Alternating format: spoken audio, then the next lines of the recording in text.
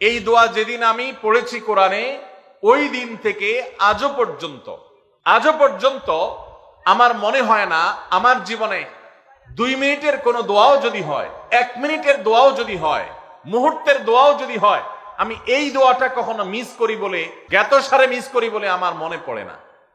ছাত্র জীবন থেকে শুরু করেছি, আজও পড়ে যাচ্ছি। আলহামদুলিল্লাহ, আল্লাহর কাছে শুকরিয়া আদায় করে আপনাদেরকে বলতে পারি, এই দোয়ার সুফল আমি নিজের চোখে দেখেছি, আমি নিজে ভোগ করছি। এজন্য আপনাদেরকে আমি বলতে চাই, বিবাহিত হন কিংবা অবিবাহিত হন, আপনার দাম্পত্য জীবনের সুখের জন্য সর্বপ্রথম এবং প্রধান করণীয় হলো এই দোয়া। এর বাইরে আরো সাধারণভাবে আল্লাহ তাআলার কাছে দোয়া করতে থাকা, যেন আল্লাহ তাআলা আপনাকে এমন একজন জীবন সঙ্গী দেন। মা বোনরা দোয়া করবেন জীবন সঙ্গী, আপনারা দোয়া করবেন এমন যেন জীবন সঙ্গিনী দেন, যে জীবন সঙ্গী আপনার চোখ জুড়ানোর মতো হবে। দেখুন, আল্লাহর ভাষা এমন যে এই ভাষা তো অলৌকিক, এটাতে কোনো মানুষের ভাষা নয়। দোয়ার ভাষ্য লক্ষ্য করেন, আল্লাহ শিক্ষা দিচ্ছেন আমাদেরকে, রব্বানা হাবলানা মিন আজওয়াজিনা ওয়া যুররিয়াতিনা কুররাতা আয়ুন। হে আমাদের রব, আমরা আপনার কাছে এমন স্ত্রী চাই, এমন সন্তান চাই, এমন পরিবার চাই, যেই পরিবারের সদস্য, আমার স্ত্রী, আমার সন্তানরা আমার নয়ন জুড়াবে, আমার চোখ জুড়াবে, এরকম মানুষ চাই। একটু ভাষাটা লক্ষ্য করুন। আমরা সাধারণত দোয়া করলে কি চাই? আমরা এক একটা দিক চাই। ধরুন, আপনার স্ত্রী মাশাআল্লাহ অনেক সুন্দরী, অপূর্ব সুন্দরী, তিনি আল্লাহ তাআলা তাকে অনেক রূপ লাবণ্য দিয়েছেন, কিন্তু তার যদি চরিত্রটা খারাপ হয়, তাহলে এই স্ত্রীকে আপনার নয়ন জুড়াবে, চোখ জুড়াবে, চক্ষু শীতলকারী হবে? আপনার স্ত্রীর চরিত্র ভালো, দেখতে শুনতেও মাশাআল্লাহ সুন্দর, কিন্তু পড়ালেখা নাই, বুদ্ধি শুদ্ধি নাই, একটু বেকুব কিসিমের, তাহলে কি আপনার চোখ জুড়াবে? ভালো লাগবে? আপনার স্ত্রী শিক্ষা দীক্ষাও আছে, জ্ঞান গরিমায় মাশাআল্লাহ তিনি ভালো, রিচ, সমৃদ্ধ, আবার চেহারা সুন্দর, আবার তার মধ্যে তার চরিত্রের সমস্যা নেই, কিন্তু সমস্যা কি? সমস্যা ধরুন তার ভিতরে এমন রোগ আছে, শারীরিক রোগ, যেই রোগের কারণে আপনার জন্য সেটা বড় কঠিন পরিস্থিতির মুখোমুখি হতে হয়। ধরেন দুরারোগ্য কোনো ব্যাধি আছে, মরণ ব্যাধি আছে, এমন কোন রোগ আছে যেটার কারণে আপনাকেও সাফার করতে হয়, তাহলে এই স্ত্রী কি আপনার চোখ জুড়াবে? ঠিক একই কথা স্বামীর ক্ষেত্রেও প্রযোজ্য, সন্তানের ক্ষেত্রেও প্রযোজ্য। আল্লাহ তাআলা এমন একটা শব্দ শিক্ষা দিয়েছেন, দেখুন, আল্লাহর কাছে চাইতেও জানতে হয়। উল্টাপাল্টা দোয়া করলে দোয়া পূরণ হয়ে যাবে, কবুল হয়ে যাবে, কিন্তু আপনার কাজ হবে না। অনেক যুবক আছে আল্লাহর কাছে দোয়া করে, আল্লাহ বেশি না, 1,05,000 টাকা চাই। কত? 1,05,000। অনেক যুবক লিখে দেয় আমাদেরকে, হুজুর দোয়া করবেন বেশি না, আমি আল্লাহর কাছে 1,05,000 টাকা চাই। আল্লাহরে টার্গেট দিয়ে দিছে, কত লাগবে? 5 লাখ। কেন? একটা বাইক কিনবে। যুবক মানুষ, রাস্তাঘাটে বাইক ছাড়া চললে ভালো লাগে না, আর একটা ভালো সেট কিনবে, না হলে ফেসবুক স্ট্যাটাস ভালো করে দেওয়া যায় না, ছবি তুলে দেওয়া যায় না। সাইফুল্লাহ ভাই ছবি তুলে দিতে বলছেন না, মাহফিলের ছবি তোলা যায় না। আর কিছু টাকা দিয়ে ছোটখাটো একটা দোকান কিছু একটা করবে, বিয়ে শাদীর ব্যবস্থা করবে, বাস, বেশি কিছু চাই না। তো আল্লাহ তাআলা 5 লাখ টাকা ধরেন আপনাকে দিয়ে দিল, সাথে একটা রোগও দিয়ে দিল, ওই রোগে খরচ হবে 6 লাখ। তাহলে আপনার এই 5 লাখের কোনো মানে আছে? আপনারা একটা প্রসিদ্ধ ঘটনা অনেকেই শুনেছেন, একটা চুটকি, যে এক যুবক দোয়া করছে, আল্লাহ তোমার কাছে আমি এমন একটা লাইফ চাই। বিশেষ করে বেকার যুবকরা এগুলো বেশি দোয়া করে, আল্লাহ তোমার কাছে এমন একটা লাইফ চাই, বেশি কিছু না, যে লাইফে 2 হাত ভর্তি টাকা থাকবে আর আশপাশে শুধু নারী আর নারী থাকবে, এরকম একটা লাইফ চাই। তো আল্লাহ তাআলা তার দোয়া কবুল করে ফেলছে। দোয়া কি করছেন? কবুল করে ফেলছে। দোয়া কবুল করছেন কিভাবে? দোয়া কবুল করে তাকে আল্লাহ তাআলা এমন একটা বাসের কন্ট্রাক্টর বানিয়ে নিছেন, যে বাসটা হলো মহিলা বাস, চারপাশে শুধু নারী আর নারী, সব মানুষের, আর হাত ভর্তি টাকা আর টাকা সব বাস মালিকের। দোয়া কিন্তু কবুল হয়ে গেছে। তো আল্লাহ তাআলার কাছে উল্টাপাল্টা দোয়া করলে কি হয় দেখছেন? দেখুন, দাম্পত্য জীবনে সুখের জন্য দোয়া কিভাবে করতে হবে আল্লাহ শিখিয়ে দিয়েছেন। রব্বানা হাবলানা মিন আজওয়াজিনা ওয়া যুররিয়াতিনা কুররাতা আয়ুন। আল্লাহ আমার পরিবারের সদস্যরা যেন এমন হয় যে তাদেরকে দেখলে আমার নয়ন জড়িয়ে যাবে। অর্থাৎ নয়ন জোড়াতে হলে সব দিক থেকে পারফেক্ট হতে হবে, সব দিক থেকে ভালো হতে হবে, তখনই তো দিল জোড়াবে।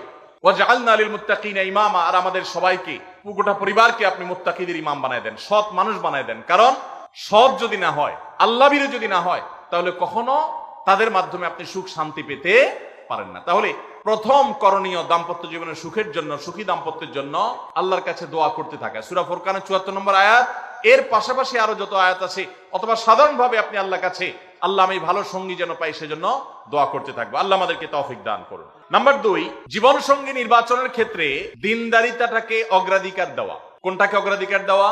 ধার্মিকতাকে অগ্রাধিকার দেওয়া। নবী করিম সাল্লাল্লাহু আলাইহি ওয়াসাল্লামের প্রসিদ্ধ একটা হাদিস আপনারা অনেকে শুনেছেন, তিনি বলেছেন তুনকাহুল মারআতু লিআরবা, চারটি জিনিস দেখে সাধারণত মেয়েদেরকে বিয়ে করা হয় বা মেয়েরা ছেলেদেরকে বিয়ে করে। চারটি জিনিস, সে চারটি জিনিসে একটি হলো লিমালিহা, সাধারণত পয়সা করে দেখে বিয়ে করা হয়। অনেক ছেলে ফেলে আছে দেখবেন, ছেলে ফেলে কি মুরব্বীরাও আছেন অনেকে, যে ছেলে বিয়ে করার জন্য পয়সাওয়ালা বাপের মেয়ে খোঁজে, আছে না নেই? পয়সাওয়ালা বাপের মেয়ে খোঁজে। কত যুবক যে এই পর্যন্ত চিরকুট লিখে পাঠিয়েছে আমাদের কাছে যে হুজুর বেকার, এর জন্য কেউ মেয়ে বিয়ে দিতে চায় না। আবার অনেকে লিখে পাঠিয়েছে হুজুর সরকারি চাকরি ছাড়া মেয়ের বাবারা মেয়ে দিতে চায় না। আছে না এই সমস্যা? তো নবী সাল্লাল্লাহু আলাইহি ওয়াসাল্লাম বলেছেন সম্পদ দেখে অনেকে বিয়ে করে, আবার অনেকে রূপ লাবণ্য চেহারা ছবি দেখে বিয়ে করে, অনেকে সামাজিক অবস্থান প্রতিপত্তি বংশমর্যাদা দেখে বিয়ে করে, আর অনেকে দিনদারিতা ধার্মিকতা দেখে বিয়ে করে। নবী সাল্লাল্লাহু আলাইহি ওয়াসাল্লাম বলেছেন ফাজফার বিজাতিদ দ্বীন, তোমরা বিয়ের ক্ষেত্রে এই ধার্মিকতা দেখে বিয়ে করে সেই বিয়ে তোমরা সফল হওয়ার চেষ্টা করবে, কারণ এটাই হলো সুখের মূল চাবিকাঠি। আপনার স্ত্রী, আপনার স্বামী, আপনার জীবন সঙ্গী সঙ্গিনী যদি নেককার হন, আল্লাহভীরু হন, তার যদি কোন একটা জায়গায় সারেন্ডার করার জায়গা থাকে, তো আপনি নিশ্চিত থাকতে পারেন তাকে নিয়ে আপনি সুখে থাকবেন। আর যদি সে আল্লাহর কাছে নিজেকে সারেন্ডার না করে, আল্লাহর কাছে নিজেকে আত্মসমর্পণ না করে, মুত্তাকি না হয়, আল্লাহভীরু না হয়, তাহলে তাকে দিয়ে আপনি কখনো প্রকৃত সুখ সন্ধান করতে পারবেন না। এজন্য ভাইরা, দাম্পত্য জীবনের সুখের জন্য দ্বিতীয় গুরুত্বপূর্ণ বিষয় হলো জীবন সঙ্গী সঙ্গে নির্বাচন করার ক্ষেত্রে অন্য যাই থাকুক আর না থাকুক ধার্মিকতা আছে কিনা এটা দেখতে হবে। এটা যদি দেখেন তাহলে সেক্ষেত্রে ইনশাআল্লাহ আপনি সুখী হবেন। ধার্মিকতার আবার সংজ্ঞা কি? এখানে মুশকিল হলো আজকাল মেয়েদের বোরকা পরলেই মনে করা হয় ধার্মিক, ছেলেরা নামাজ পড়তেছে মনে করা হয় ধার্মিক। এটুকুই শুধু ধার্মিকতার সংজ্ঞা নয়। ধার্মিকতার সবচেয়ে বড় সংজ্ঞা হলো কোরআন এবং হাদিসের সামনে সে নিজেকে আত্মসমর্পণ করে কিনা, সে সারেন্ডার করে কিনা, আল্লাহর নির্দেশ পেয়েছে, রাসূলের নির্দেশ পেয়েছে, আল্লাহর নিষেধাজ্ঞা রয়েছে, সেই জায়গায় সে থেমে যায় আর সে আগে বাড়ে না, নিজেকে সমর্পণ করে দেয়, মাথা নত করে ফেলে। এরকম যদি হয় তাহলে সেই ছেলে নিয়েও সুখী থাকবেন, সেই মেয়ে নিয়েও সুখী থাকবেন। আমি বিশেষ করে মেয়ের বাবারা যারা নিজের মেয়ে বিয়ে দেওয়ার জন্য সরকারি চাকরিজীবী খুঁজেন, পয়সাওয়ালা খুঁজেন, বিভিন্ন বড় বড় পদে থাকা মানুষগুলোকে খুঁজে বেড়ান, আমি তাদেরকে বলি আপনার মেয়ের জন্য ফজরের নামাজের সামনের কাতারে থাকা যুবকগুলোকে খুঁজে বের করেন। এই যে যুবকরা চিৎকার করছে সবাই ফজর নামাজ পড়েন, আল্লাহ সব যুবককে ফজর নামাজ জামাতের সাথে পড়ার তৌফিক দান করুন। ভাইরা আমার, যেই ছেলে আল্লাহকে ভয় করে, যেই ছেলের ভিতরে কোরআন এবং হাদিসের কাছে আত্মসমর্পণ করার মতো মানসিকতা আছে, এই ছেলে আর যা হোক তার স্ত্রীকে কখনো কষ্ট দিবে। যেই মেয়ে কোরআন হাদিসের কাছে নিজেকে সমর্পণ করেছে, কোরআন হাদিস যেহেতু স্বামীকে শ্রদ্ধা করতে বলে, এই মেয়ে কখনো স্বামীর প্রতি অশ্রদ্ধা করবে না।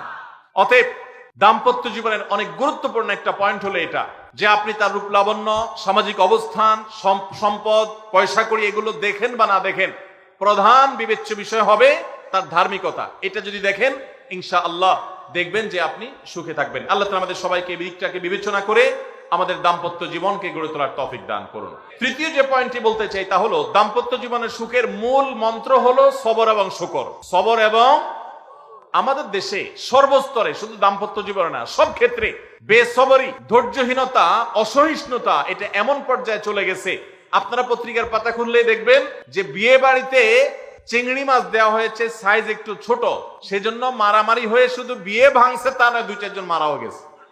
শুনেন না আপনারা?